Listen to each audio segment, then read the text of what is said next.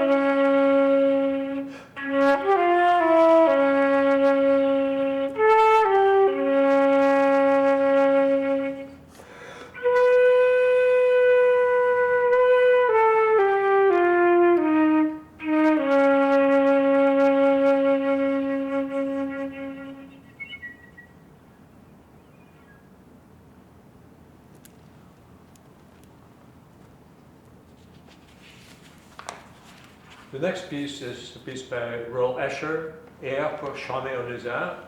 He is a Dutchman, but he is very Francophile. And this piece was inspired by someone who told him that Maurice Ravel loved to charm lizards in the woods or on the rocks in France. So you will listen to this piece called Air pour charmer au Lézard as both a picture story and as a very precious composition of different ideas that wind their way through the music.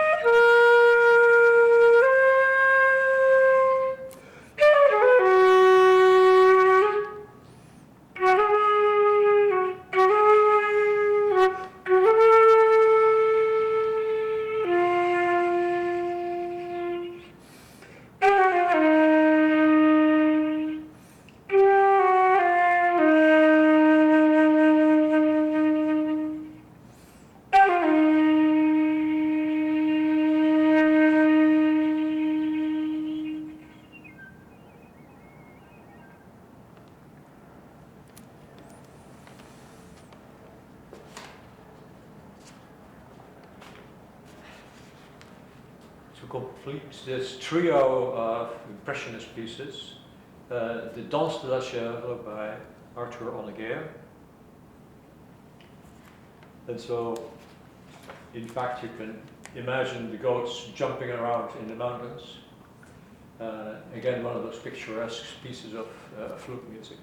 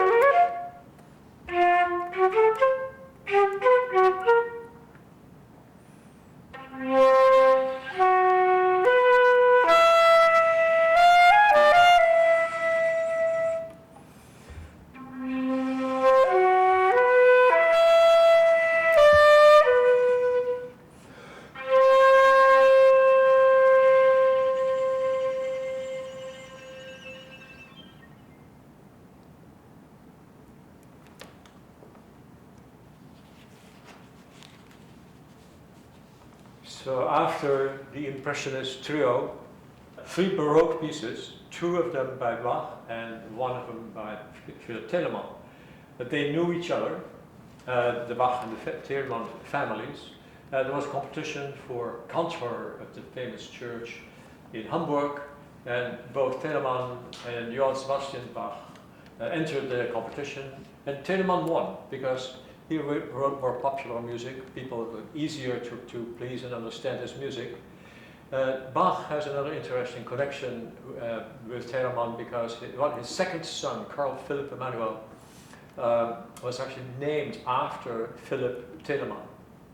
So they knew each other well, but as you will see, the Telemann and the Bach are different. And then Philipp Emanuel Bach, the new generation, was very different. The Telemann is called a Fantasia in F sharp minor. Has 3 very short sets to it. One is tempo giusto, the right tempo. I hope I can do it.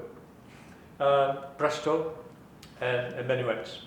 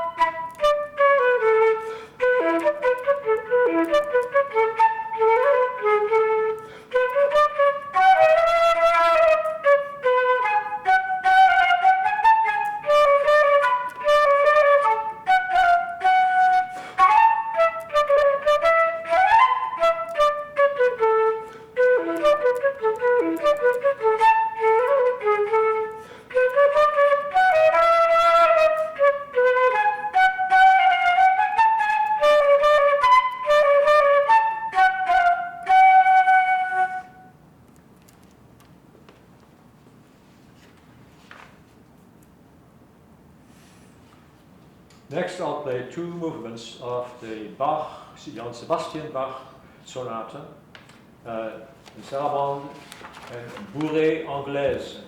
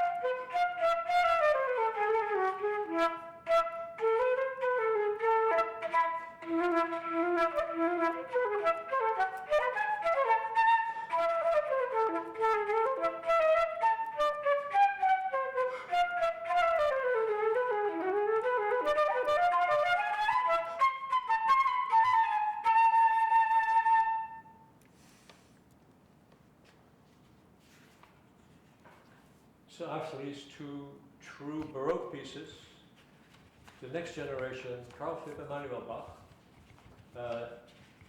wanted to move away from the Baroque and wanted to move in a more romantic direction, more melodic, stranger in some ways, less constructed than the Baroque music. So it's an Adagio, and sonata is in 3 movements.